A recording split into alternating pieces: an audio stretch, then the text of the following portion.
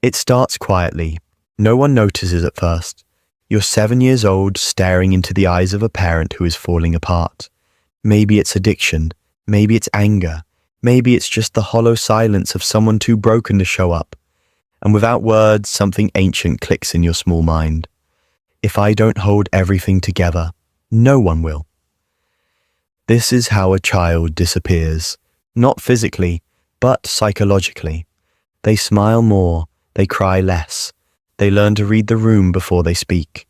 They become the emotional thermostat of the household.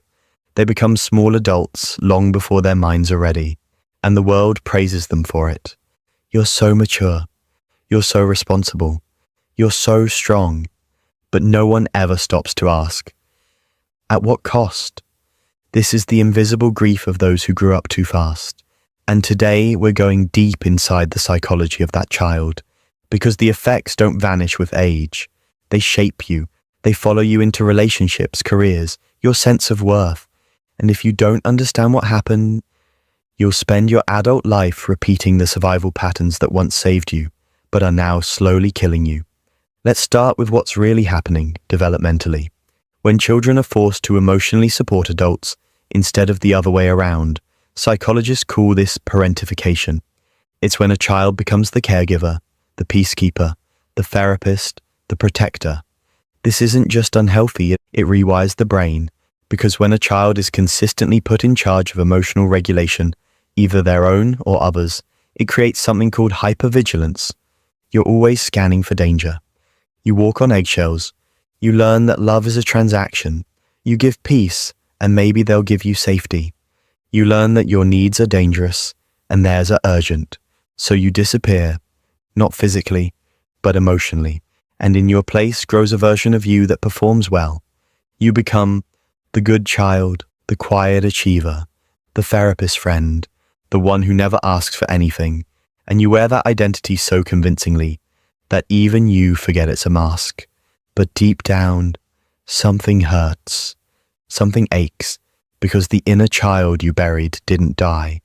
They're still in there screaming silently, "Why didn't anyone protect me?" As you grow older, the symptoms become more complex. You might become hyper-independent. You refuse help, push people away, or never feel truly safe in love. You might feel numb during happy moments, because joy feels unfamiliar, unearned, even dangerous. You might struggle to rest because productivity is the only way you've ever felt worthy. And worst of all, you might not even realize you're still stuck in survival mode. Because when dysfunction is normalized early, your nervous system accepts chaos as baseline. Stillness feels wrong. Peace feels suspicious. Love feels like a debt you'll have to repay. This is the psychology of a child forced to grow up too fast. It's not just sadness. It's a complex trauma that reshapes how you view the world, and more importantly, yourself. Now, you may ask, why would any child willingly take on that role? Because children will do anything for attachment, even abandon themselves. The choice is never conscious, it's biological. In the absence of safety, the child sacrifices authenticity for belonging. That's not weakness, that's intelligence, that's instinct. But the tragedy is this: what saved you then imprisons you now. So many of us are walking around as high-functioning adults, with deeply neglected inner children pulling the strings. We overachieve to earn love. We stay silent to avoid abandonment. We take care of everyone, but secretly wish someone would just ask if we're okay. And that fantasy, that someone will notice you're not as strong as you pretend to be, that maybe, just maybe, you'll finally get to fall apart and be held. That is the unmet need, not of your adult self, but of the child who never got to be a child. The first step to healing isn't fixing, it's witnessing. Because until you validate what happened, you'll keep gaslighting yourself with thoughts like, "It wasn't that bad. Other people had it worse. I turned out fine." But fine is a mask too, and deep down you know it. So what happens to that child? When they grow up, they become adults who never feel safe, even in calm rooms. They become lovers who can't trust softness. They become givers who can't receive. They become the kind of people who apologize for crying, flinch at compliments, and confuse exhaustion with success. This is the cost of growing up too fast. Because if your childhood trained you to be strong at the expense of being soft, to be quiet instead of honest, to fix others while ignoring your own fractures, then what kind of adulthood do you inherit? You inherit a life where you're always holding your breath, waiting for someone to give you permission to finally fall apart. But here's the truth. No one's coming to rescue the child you buried. You are the one who must go back and hold their hand. You are the one who must say what no one else ever said. You didn't deserve that. You were just a child. You get to rest now. This is the beginning of shadow work. Not fixing, not performing, not bypassing the pain with fake positivity, but turning toward the abandoned parts of yourself and saying, I see you now, I hear you now, and I'm not leaving. That is the reparenting process, and it's brutal because it asks you to feel the grief you never had time to feel.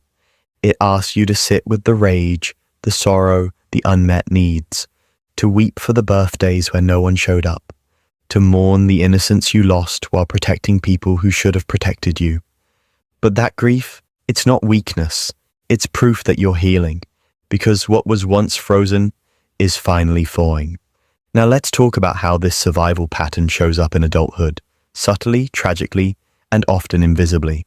You might become a therapist in all your friendships, but never let anyone truly see you.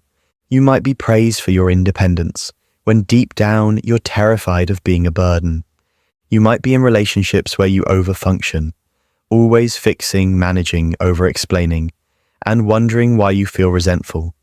You might struggle with boundaries because saying no still feels like betrayal. These are not personality traits. They are coping strategies, learned, conditioned, and, the good news, unlearnable. But only when you stop idolizing your strength and start honoring your wounds. One of the most powerful things you can do is ask your inner child, what did I need back then that I never got? You may hear answers like, I needed someone to tell me it wasn't my fault. I needed someone to ask how I was doing. I needed to play, rest, laugh, without fear. And slowly, very slowly, you begin to give those things to yourself. Not to fix your past, but to stop reliving it. This is how you stop seeking parents in your partners. This is how you stop mistaking anxiety for intuition. This is how you stop running from the child you were and the self you're becoming. Carl Jung once said, there is no coming to consciousness without pain. People will do anything, no matter how absurd, to avoid facing their own soul. But shadow work demands that we face it, all of it, the neglected, the ashamed, the scared, the angry, because healing isn't about becoming someone new, it's about remembering who you were before the world told you who to be. So if you're someone who grew up too fast, know this, your maturity was never the problem. The problem was that you had no choice, but now you do. You can choose softness, you can choose to rest, you can choose to stop managing everyone else's emotions and start honoring your own. And no, it won't happen overnight. There will be days you feel like a child again. Good, that's the point. Let that child come home. Let them cry. Let them play. Let them finally be seen. Because you're not broken. You're becoming whole. And maybe for the first time, you're finally growing up the right way. Not through pressure, not through fear, but through truth. You never had a childhood, but you still have a future. And this time, you get to write it.